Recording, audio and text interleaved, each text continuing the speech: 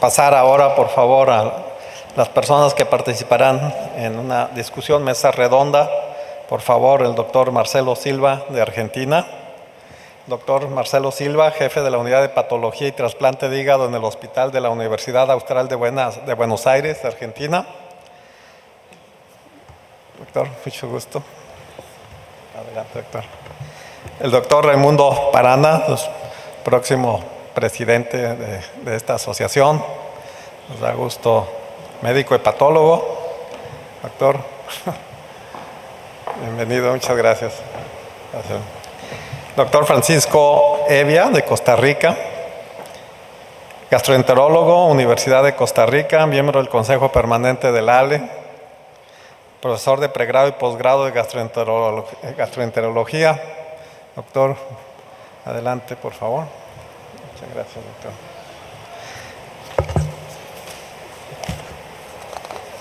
El doctor Jorge Luis Po, patólogo clínico, entrenado en el Hospital Vieux de París y Hospital Clínic de Barcelona, expresidente de la Asociación Mexicana de Patología. Jorge, mucho gusto.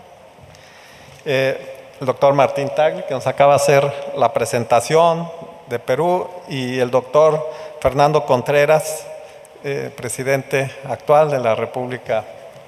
No sé si nos dejó el doctor. Si ya empezamos. Pues quisiera que abriéramos, si están de acuerdo, o sea, una serie de comentarios, preguntas. Tenemos prácticamente 20 minutos para hacer preguntas, comentarios, discusión acerca de estas guías que eventualmente son muy importantes para América Latina. No sé, quisiera, mientras hay preguntas o comentarios de los ponentes, quisiera iniciar con algunos comentarios con ustedes, si es posible. Ahí viene el doctor Contreras, por favor. Adelante, doctor. Quisiera preguntarle a alguno de los miembros de la mesa si en sus prácticas clínicas todavía, pues, en mi país, por ejemplo, todavía hay algunos hospitales que lo único que tienen es interferón y los médicos tienen que tratar hoy día, en 2018, pacientes con hepatitis C porque no tienen, todavía el Estado no tiene como oferta para sus pacientes infectados ninguno de estos antivirales y tiene que usar interferón. ¿Ustedes tienen alguna experiencia similar hoy en día con interferón en sus hospitales? En Brasil no usamos más, solamente en casos específicos de enfermos con genotipo 3 que no han respondido a Formovida Clatadil. Solo eso, pero casos muy, muy puntuales, no utilizamos más. No, la verdad es que a pesar de las situaciones de encontrarnos en una economía dificultosa en la Argentina, a través de los 3 subsistemas de salud, los pacientes tienen acceso a los antivirales directos. No todos, ni todos los pacientes, pero el interferón quedó absolutamente fuera de carrera. Sí. En Costa Rica existe un sistema de salud de seguridad social que es universal y el sistema ha aceptado el tratamiento moderno, en el sentido que en estos momentos empezamos con Harvoni y después ahora estamos con Epclusa únicamente, y se han logrado que esa sea nuestra metódica con una norma de ley ya para todos los pacientes. O sea, no hay restricción tampoco, que es otro mensaje que hay, porque en algunos lugares hay prioridades, digamos, de acuerdo a las necesidades o la severidad del caso, pero en Costa Rica se ha abierto a todos los pacientes que sean positivos. Perdón. Bueno, en México tampoco se utiliza más el interferón, y coincido con lo que decía el doctor Paraná, que en un subgrupo de pacientes con genotipo 3 que han fallado antivirales de acción directa y que no tienen la opción, probablemente los otros antivirales directos, podría considerarse como una opción, pero es un grupo muy pequeño. Yo quisiera pedirle a la doctora Virginia García que se acerque al micrófono y nos diga brevemente el número de pacientes que han sido tratados en República Dominicana y con qué tratamiento.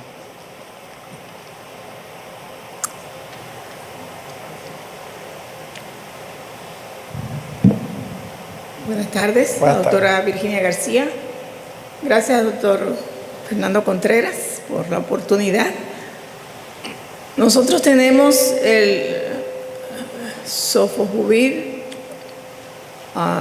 nosotros tenemos Arboni, me voy a adelantar un poco más. Nosotros tenemos Arboni desde agosto del 2016, que comenzó a usarse entre septiembre y octubre de ese mismo año. En el año 2017, a través del Ministerio de Salud Pública, en un tratamiento completamente gratis para los pacientes, se trataron alrededor de 800 pacientes con este medicamento. A partir de marzo de este año, nosotros tenemos Sofosbuvir Velpatasvir y ponemos tratamiento aproximadamente para entre 70 y 80 pacientes por mes. Todavía tenemos un poco de restricciones en los grados de fibrosis, pero les puedo decir que se tratan todos los F4, todos los F3, todos los pacientes con comorbilidades, todo el personal de salud se trata sin tener en cuenta su grado de fibrosis. Todos los miembros de las Fuerzas Armadas se tratan sin tener en cuenta su rango ni su grado de fibrosis. Nosotros tenemos tratamiento en grado de fibrosis baja, llámese F0, F1, a todas las mujeres, las femeninas que quieran embarazarse. Todos los pacientes que han contraído la enfermedad, por ejemplo, en la niñez, ya sea por transfusiones sanguíneas al nacer, y que tienen ya un tiempo con la hepatitis A virus C, también se tratan sin importar su grado de fibrosis. Realmente hemos avanzado mucho en los tratamientos. Nosotros no usamos interferón ya hace mucho tiempo. Gracias, doctora. Muy amable. Muchísimas gracias, Virginia. Yo quisiera dos preguntas para contextualizar los tratamientos en América Latina. Si se puede contestar en la mesa, ¿cuántos pacientes están infectados en América Latina? ¿Cuántos están tratados? ¿Y cuánto cuesta tratarlos? Entonces, Bom, em Brasil tratamos todos os pacientes. O tratamento é universal, independente agora do grado de fibrose. ¿y del costo? Sí, pero de edad y fibrose no hay restricciones, pero tenemos solamente los esquemas con interferón, con Sofosbuvir, Daclatasvir o 3D, solo estos dos. Y no tenemos rescate, aún no tenemos rescate. Tratamos algo como 30.000 pacientes enfermos por año. 30.000 por año. Doctor. Brasil siempre fue mi envidia, por muchas cosas. El fútbol. incluyendo las brasileñas. Solo. Espero que continúe siendo Sí. y que Bolsonaro no sea eleito. La Argentina, como dije, tiene 3 subsistemas de salud. El Estado, como mostró hoy la doctora Emma Coronel, inicialmente trató un grupo de 1.400 pacientes aproximadamente, y el Estado por año viene tratando, corregime Emma, alrededor de 400, 500 más por año o más 1.000, ¿no? Y en el sistema privado hay aproximadamente 1.000 pacientes más. Perdón, sí, tenemos acumulado desde el 2016 ahora 3.500, pero compramos 1.500 para este año, pero para el año que viene tenemos proyectado 2.500. Pero es como vos decís, 1.500. Estamos ahí, en esos números donde uno ve el gap. Está bien, Brasil tiene una población muy diferente, pero cuando ves el gap de población estimada infectada a población tratada, estamos muy por detrás. A pesar de que hay acceso, a pesar de que hay guías, a pesar de que hay opciones terapéuticas más variadas que en Brasil. Y eso tiene que ver con el comentario solapado en tu pregunta, que es capacidad negociadora del Estado. Así es. ¿No? Con un Estado, con un sistema de salud fragmentado, esa capacidad de negociar, inclusive por las drogas teóricamente más caras, se pierde. Así es. Jorge, sí. Bueno, les relato, en México la situación no es tan grata como quisiéramos.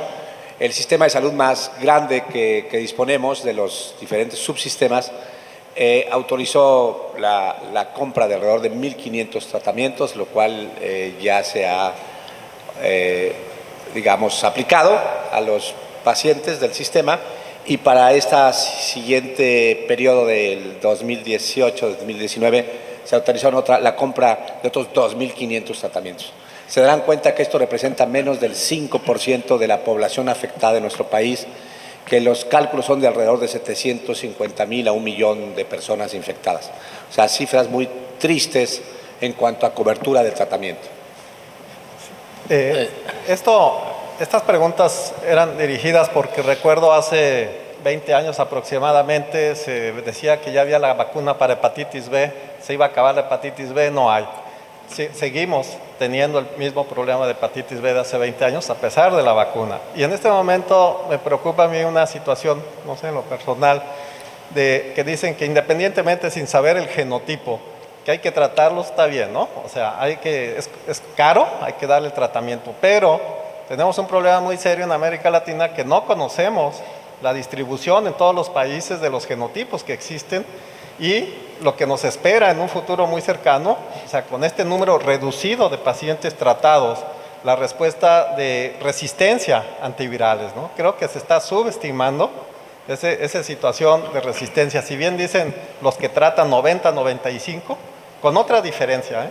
O sea, otra diferencia es que esos datos son de Estados Unidos o de América y no son de América Latina. Entonces yo creo que va a ser muy importante abonarle a nuestras poblaciones mestizas en América Latina de cuál realmente vamos a tener esa experiencia y si vamos a llegar a un punto eventualmente a erradicar la hepatitis C, ¿no? Perdón, doctor Martínez. Sí, bueno, a mí me gustaría decir una cosa, porque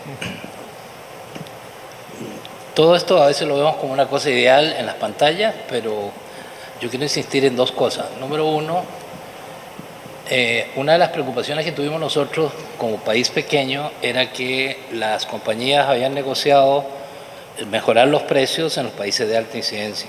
Y eso ocurrió en Egipto.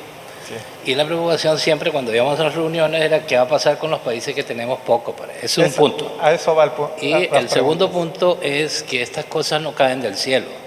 O sea, lo que nosotros hemos hecho, por lo menos en Costa Rica, que suena ahora, es un grupo de médicos, gastroenterólogos, hepatólogos que ha peleado junto con otros para que el gobierno entienda, pero esto no fue de un año ni nada. Si eso no se hace, nunca se va a hacer. O sea, hay que pelear. Y el tercer punto que yo decía para la ALE es que nosotros debemos recibir, porque el político de salud, cuando ve una orden, en este momento la OMS no le hace caso.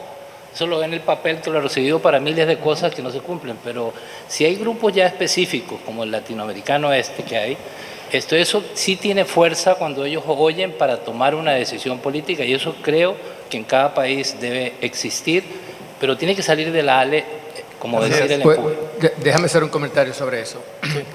Precisamente bajo esa temática y en cierta forma aprendiendo un poco de la experiencia dominicana de que nosotros, como dice Pancho, insistimos desde muchísimo tiempo atrás, cuando surgió el Sofosbuvir, la misma compañía se nos acercó diciendo que querían eliminar la hepatitis C en República Dominicana. En ese momento el Sofosbuvir costaba $150,000.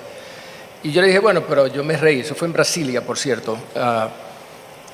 Pero sin embargo estaban serios. Y claro, en Dominicana había un programa de interferón y ribavirina establecido por el gobierno.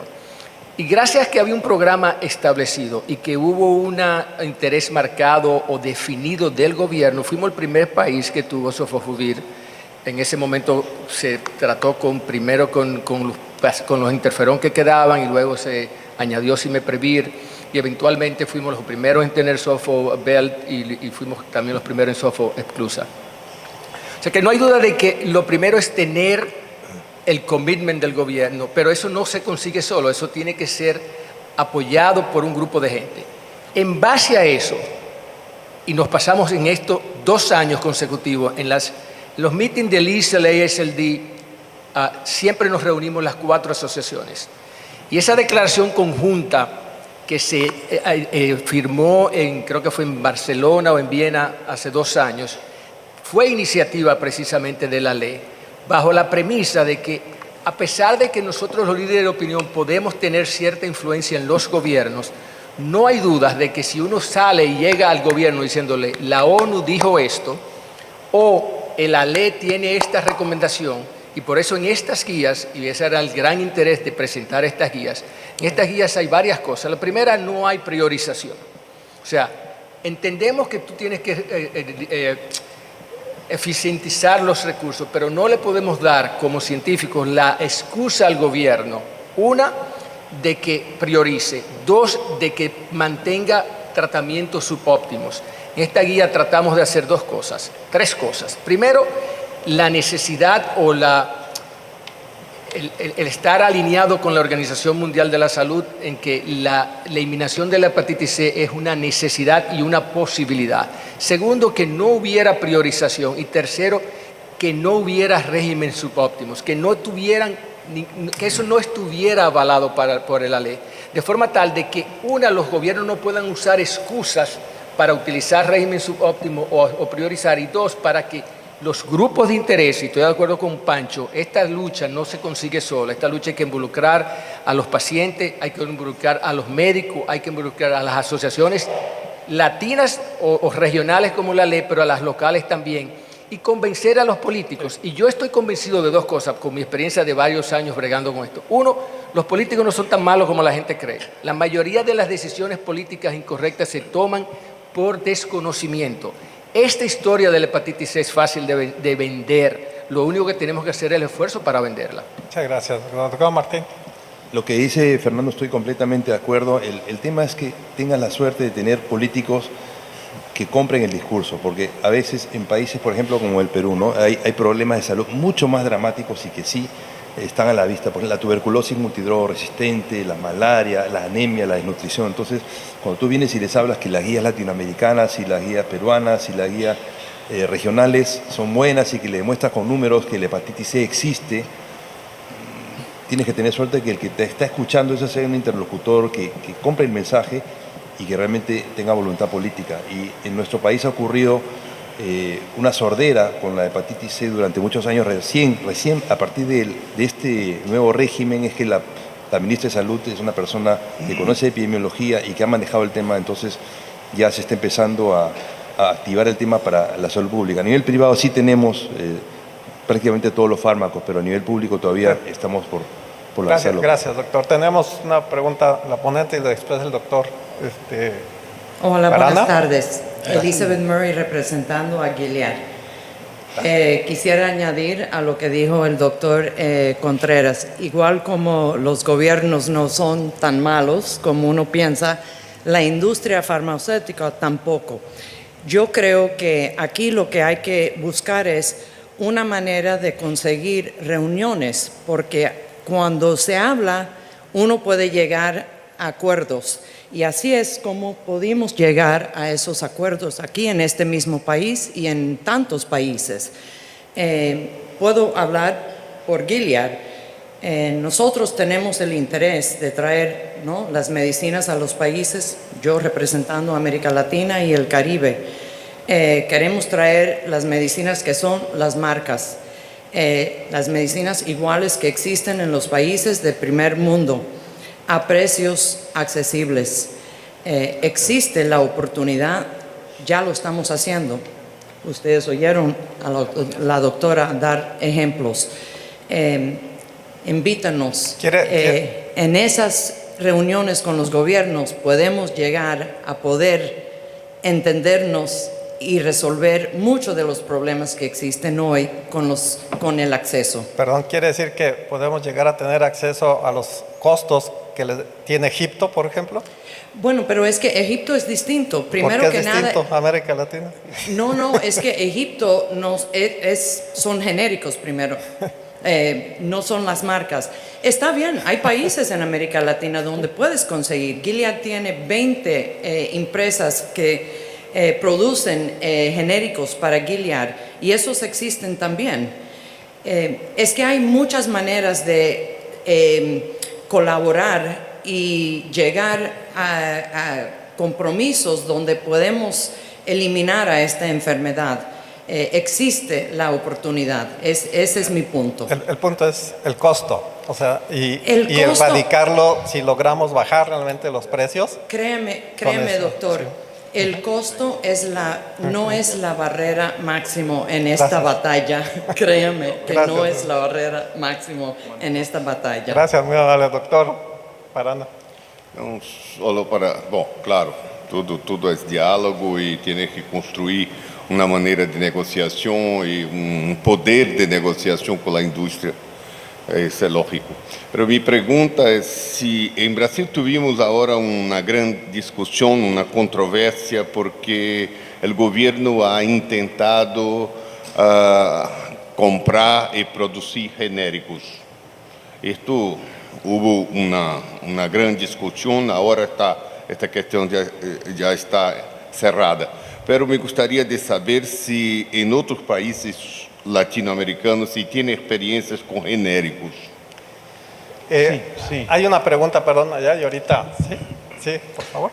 Yo quisiera hacer un comentario de Ecuador. Ecuador es un país muy pequeño, por una razón que a veces no nos creen, tiene una prevalencia e incidencia de hepatitis C muy baja, que no es compatible con lo que ocurre con nuestro vecino de Colombia y con nuestro vecino del Perú. A veces nos han dicho que no sabemos diagnosticar. Les prometo que nos pasamos buscando la hepatitis C en grupos de riesgo y cuando podemos, ¿no es cierto?, en población general. Pero, por ejemplo, Ecuador no dispone de ningún medicamento para el tratamiento de la hepatitis C. Ni siquiera fue lanzado el Boceprevir ni el Telaprevir. O sea, nosotros somos un país en el cual solo tenemos interferón marribavirina. La alternativa que yo he tenido como hepatólogo es, en este año he tenido la oportunidad de tratar 3 pacientes con hepatitis C y lo que hemos tenido que hacer es puentear a través de genéricos, trayendo genéricos desde la India, desde el Pakistán y desde Egipto. Les prometo que esos medicamentos funcionan, bajan el costo a la 10ª parte de lo que valen comercialmente. Pero claro, ustedes comprenderán que se convierte en un problema en el cual los pacientes o sus familias tienen que hacer, ¿no es cierto?, una serie de vericuetos administrativos en los cuales inclusive hay problemas de importación. Doctor, tenemos... Entonces, yo lo que quería decir es que no es tan cierto que, por ejemplo, Gilead en Ecuador ni siquiera comercializa el tenofovir. Bien, o sea, hay países pequeños con baja prevalencia que no les atraen a las casas farmacéuticas. Ese era el punto ahorita del comentario. Gracias, doctor. Jorge, ¿tenía una pregunta? Bueno, yo quería reforzar un poco esta amabilísima y apertura de Elizabeth, que representa a Gilead, y yo creo que hay que retomarlo como asociación latinoamericana, pero también como asociaciones locales de toda la región. Yo creo que está muy claro la apertura. Yo quisiera dar un mensaje de una subsección de estas recomendaciones latinoamericanas que tienen que ver con el tema de la fibrosis. Recuerden que la fibrosis mata, o sea, la fibrosis cuando es extensa es la que finalmente va a repercutir y producir las complicaciones que matan al paciente. Y creo que todos en la región tenemos que hacer un compromiso también de evaluar la fibrosis antes y después del tratamiento, porque obviamente habrá un grupo de pacientes que se quedan con fibrosis después del tratamiento antiviral y esos hay que seguirlos con cuidados y atención médica especializada. Gracias, Jorge. Pues se nos acabó el tiempo, no sé si... Muchas gracias, yo estoy seguro que hay más preguntas, pero yo creo que van a ser abajo con los personajes de la mesa redonda. Muchas gracias a todos.